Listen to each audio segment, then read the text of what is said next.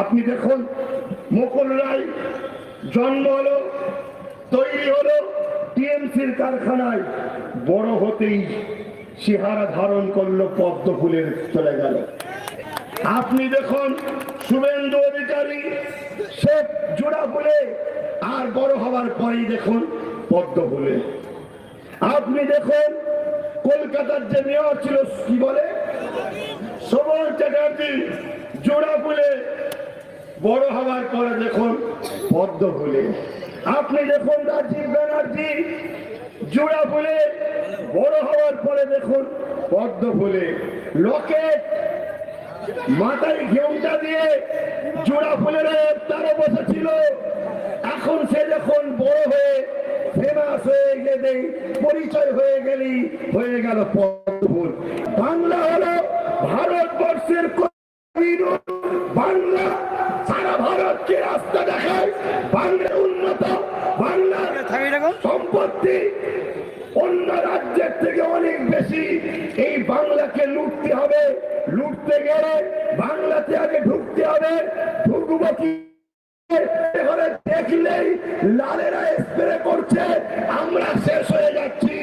এক কাজ করো, এমন একটা সিস্টেম তৈরি করো, প্রথম যখন জন্ম হবে জোড়া ফুল হবে, বড় হওয়ার পরে সেটা হবে পদ্ম ফুল। তাই 1998 এই বাংলায় পদ্ম ফুলকে আনার জন্য মমতা ব্যানার্জি কন্ট্যাক্ট নিয়ে জোড়া ফুল ঢুকিয়েছিল। সেই জোড়া ফুল আস্তে আস্তে আস্তে আস্তে পদ্ম ফুলে পরিণত হচ্ছে। তাই বাংলার প্রত্যেকটা ধর্মপ্রেমী মানুষ, বাংলার প্রত্যেকটা মানবতা প্রেমী মানুষ, বাংলার প্রত্যেকটা কর্মপ্রেমী, বাংলার প্রত্যেকটা শিল্পপ্রেমিক মানুষ, বাংলার প্রত্যেকটা নাগরিক যারা সাম্প্রদায়িকতার বিরুদ্ধে সম্প্রীতি পছন্দ করেন, তাদের আমি কথা বলবো। বাংলায় পদ্ম ফুলকে বন্ধ করতে চান, তাহলে যে কারখানা থেকে পদ্ম ফুল জন্ম নিচ্ছে ওই টিএমসির কারখানায়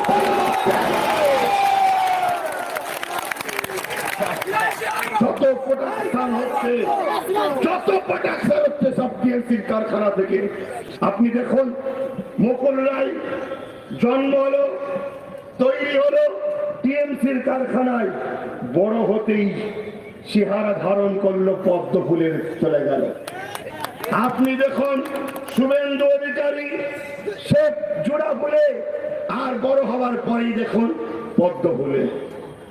আপনি দেখুন কলকাতার যে মেয়র ছিল কি বলে শোভন চ্যাটার্জি, জোড়া ফুলে, বড় হওয়ার পরে দেখুন পদ্ম ফুলে। আপনি দেখুন রাজীব ব্যানার্জি, জোড়া ফুলে, বড় হওয়ার পরে দেখুন পদ্ম ফুলে। লকেট মাথায় ঘেউটা দিয়ে জোড়া ফুলের তারা বসেছিল, এখন সে যখন বড় হয়ে ফেমাস হয়ে গেলে, পরিচয় হয়ে গেলি, হয়ে গেল পদ্ম ফুল। এভাবে কটা নাম বলবো তোমাদের এই বিধানসভায়, তোমাদের এই বিধানসভায়, তোমাদের এই বিধানসভায় কি নাম? দীপক হালদার, দীপক হালদার যখন জন্ম দিল জোড়া ফুলে, বড় হয়ে গেল পদ্ম ফুল। আবার উন্নয়ন হবে, আবার অনেক প্রজেক্ট তৈরি হবে। আজকে রাস্তার উপরে বসেন, অতএব আবার রাস্তা সুন্দর করে তৈরি হবে। আবার সেই জায়গায় আজকে রাস্তার উপরে একটু পিচ দিয়ে বলছে রাস্তাই ছিল না, বাম গভর্নমেন্ট রাস্তা করেছিল। তারা তো বলছে দিদির উন্নয়ন, বিল্ডিং এর রং করে বলছে দিদির উন্নয়ন। আরে বিল্ডিংটা হয়েছে কোথায়? প্রচুর প্রজেক্ট পাস হয়েছিল। কলকাতায় যেসব ব্রিজ হচ্ছে দেখছেন, সব টাকা নিয়ে রাজ্যে শুধু ফটো দিচ্ছে আর অ্যাড দিচ্ছে, আর মানুষ খেতে পাচ্ছে না। কথা বুঝে আসছে না নয়?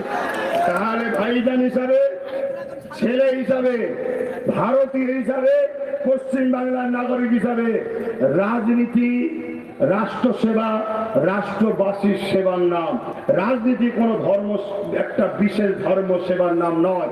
অতএব রাজনীতি সমস্ত মানুষের সেবা। তাই জাতি ধর্ম বর্ণ নির্বিশেষে সমস্ত ধর্মপ্রেমিক এবং যারা সাম্প্রদায়িকতার বিরুদ্ধে সকলকে উদ্দেশ্য করে বলবো যে আমার ভাই এখানে দাঁড়িয়েছে, আপনারা বিপুল ভোটে কাস্তে আতুলিতে ভোট দিয়ে জয়যুক্ত করুন। আপনাদের সুখে দুঃখে আমি পাশে আছি।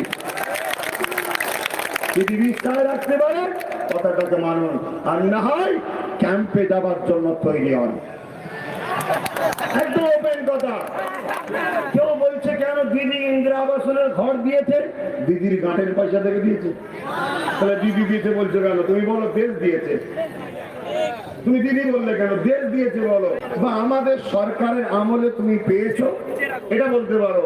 কিন্তু কথা হচ্ছে 1,40,000 কি 80,000 টাকা ইন্দিরা আবাসনের ঘর, আর জায়গাটার দাম যে জায়গার উপরে হচ্ছে 2.5 লাখ 3 লাখ 4 লাখ 5 লাখ আর 1.5 লাখ টাকার ঘর হয়।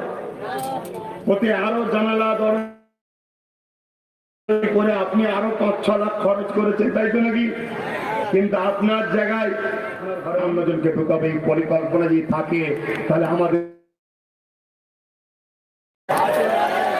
যদি বলেন হয় কখনো, আমার তো ভয় হচ্ছে আপনাদের এনপিআরটা হয়ে গেছে। এনআরসির আগে কি হবে? এনপিআর তো নাকি? আমার তো ভয় হচ্ছে হয়ে গেছে। দিদি ওই যে স্বাস্থ্য সাথী জানেন না, করেছেন তো? স্বাস্থ্য সাথীতে বলছে 10 কোটি লোককে দেবো আর 10 কোটি লোকের কাগজপত্র লাগবে, এটা বলে ছেড়ে দেবো। স্বাস্থ্য সাথী লোক কার? 10 কোটি লোকের দেবে। আচ্ছা বলুন তো, আমার স্বাস্থ্য সাথীর প্রয়োজন আছে? আমি আমার গ্রামের পয়সায় হাজার হাজার লোকের সেবা করি, আমার স্বাস্থ্য সাথী দরকার আছে? 10 কোটি লোকেরই স্বাস্থ্য সাথী করবে বলছে। অথচ 10 কোটি লোকের না করে 5 লাখ 10 কোটিকে না দিয়ে যদি 5 কোটি লোককে 10 লাখ করে টাকা দেয়, জীবনের মতো আমার বাংলায় 5 কোটি লোক গরিব থেকে আসে 5 টাকার ডিম ভাত খাওয়াবো। 10 টাকা দাম করলেও কিনতে পারবে না, এত ভিখারিদেরকে আমি বানিয়েছি। আরো গরিব বানাচ্ছে। তুমি ডিম ভাত খাওয়াবার কে? তুমি তো আমাকে চাকরি দেবে, তুমি তো আমাকে কর্মসংস্থান দেবে। আমি আমার ইনকাম করবো, খাটবো, খেটে ওই ইনকাম নিয়ে আমার পরিবার নিয়ে আমার মা বাবাকে নিয়ে আমি ডিম খাবো কি সবজি খাবো, এটা আমার ব্যাপার। তুমি ঠিক করে যুবকেরা ভাবো, ভিখারি বানাবার প্ল্যান চলছে। ওরা তোমাদেরকে ভাতা দেবে, ওরা তোমাদেরকে ইন্দিরা আবাসনের ঘর দেবে, ওরা তোমাদেরকে মোবাইল দেবে। জীবনে তোমাদের ঘরে দুটো জিনিস দেবে না, একটা হলো শিক্ষা আর একটা হলো চাকরি। কোনদিন দেবে না। আর উন্নয়ন তখন হবে যখন জানবে শিক্ষায় 100-র মধ্যে 90টা ছেলে যখন শিক্ষিত হয়েছে, তখন জানবে উন্নয়ন হয়েছে। শিক্ষা যখন নেই, উন্নয়ন কিসে? শিক্ষা যখন নেই, উন্নয়ন কিসে? 100-র মধ্যে 80টা যখন মানুষ কর্মসংস্থান পাবে, তখন জানবে উন্নয়ন হয়েছে। এখন 100-র মধ্যে 10টা লোক তার কর্মসংস্থান নেই, 90টা বেকার করে বেড়াচ্ছে। উন্নয়ন কিসে? না ইমামদের ভাতা দিয়েছে, ইমাম সাহেব যদি কেউ থাকেন দূরে কাছে শুনে রেখে দেন। আমার আগে দাদা পুরোহিতের কথাও বললো, আমি শুধু ইমামদের কথাটাই বলেছি। ইমামদের ভাতাটা হলো হিন্দু মুসলমানের ডিভাইড করার একটা ফর্মুলা। যদি এই ফর্মুলাটা না করতে পারত, তাহলে বিজেপি বাংলায় জায়গা পাবে কি করে? কোথায় কিছু নাই বললো দুর্গা পুজো বন্ধ থাকবে কেন, ওই দিন মোহরম হবে। এই কথাটা হলো বিজেপিকে আনার একটা ফর্মুলা। কোন মুসলমান বলেছিল যে আজকে আমাদের মোহরম আছে, দুর্গা বন্ধ করো দিদি? একটা দেখাতে পারবেন? কোন ইমাম বলেছিল যে দিদি আমি খেতে পাইনি, আমাকে 2,500 টাকা ভিক্ষা দাও? কোন ইমাম বলতে পারবে? আপনি ভাতা দিচ্ছেন অকাল সম্পত্তি থেকে। আপনার তো বলা দরকার ছিল যেটা মুসলমানদের ব্যক্তিগত টাকা, আপনি বললেন না, অথচ বিভাজন তৈরি করে দিলেন আমার বাংলায়। এক ঘাটে, এক পুকুরে, এক কারখানায়, এক অফিসে, এক মাঝাতে, এক চায়ের দোকানে আমরা হিন্দু মুসলমান মিলে মিশেছিলাম। আপনি ভাতার নামে আমাদের মধ্যে বিভাজন তৈরি করেছেন। এই মমতা ব্যানার্জি আর আমাদের বাংলায় চলবে না, ঠিক না বটে? আপনার জন্যই বিজেপি বাংলায় ফুল গলাতে পেরেছে না। এই বাংলার কখনো কালচার ছিল না ডিভাইড, আপনি তৈরি করে দিলেন। কোথায় কিছু না, বারবার বলছেন 99% কাজ হয়ে গেছে। ঘুমটা দিয়ে রেড রোডে নামাজে চলে যাচ্ছে, লা ইলাহা ইল্লাল্লাহ মুহাম্মাদুর রাসূলুল্লাহ ঠিক করে বলতেও পারেনি, টেরা না ফেকা কি জানি, উচ্চারণ ঠিকভাবে করতে পারেনি। তোমাকে এই শুকনো নাটকগুলো কে করতে বলেছে? তুমি কেন আমার কলমাকে নিয়ে খেলা করলে? এরকম বুঝতে হবে, খেলা করার জায়গাটা নয়। এটা 5 বছর তোমাদের বাচ্চাদের ভবিষ্যতের জনসভা। এটা আজকে স্লোগান দেওয়া হচ্ছে খেলা হবে, রাজনীতির নামে রাষ্ট্র সেবার নাম। যারা রাষ্ট্র সেবাকে খেলা মনে করে এদেরকে ধিক্কার চালানো দরকার আছে, ঠিক না? রাজনীতি মানে হল রাষ্ট্রবাসীর শিক্ষা, রাষ্ট্রবাসীর কর্মসংস্থান, রাষ্ট্রের বাইরের দেশ থেকে রাষ্ট্রকে পাঠানো, কলকারখানা তৈরি করে। এইরকম রাজনীতিকে যারা খেলা খেলা খেলা বলে, এই খেলা যারা রাজনীতি গেলে করে, এদের জবাব দেওয়া দরকার আছে না?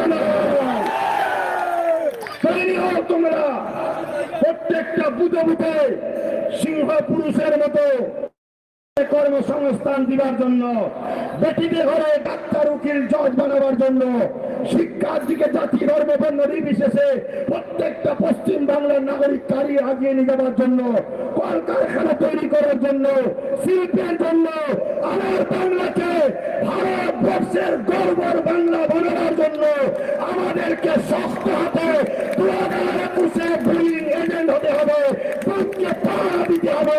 যদি কেউ দালালি দেয়, সংবিধান বিরোধী আইন আইন ফেলে, ওকে ডাল ভাত ভালো করে খাইয়ে দিতে হবে।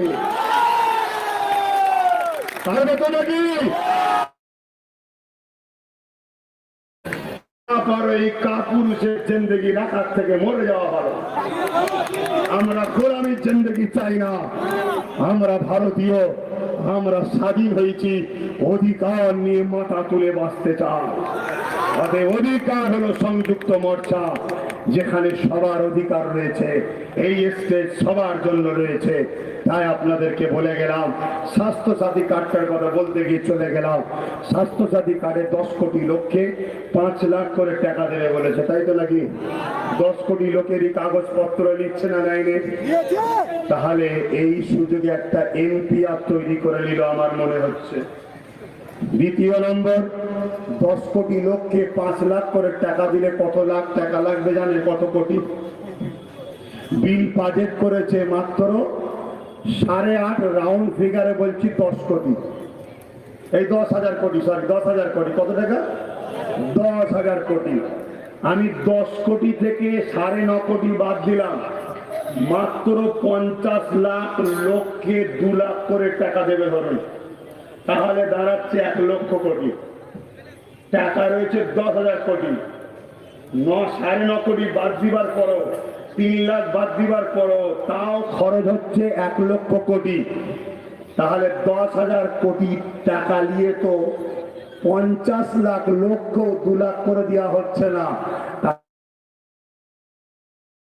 3,000 কোটি টাকা 8 লাখ করে দেবে কি করে?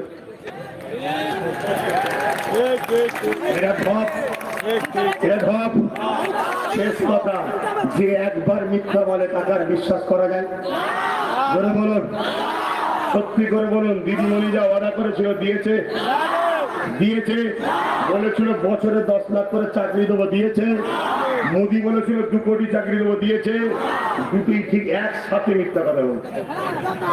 দেখুন কেমন মিল আছে, দেখুন, কথা বুঝছেন না?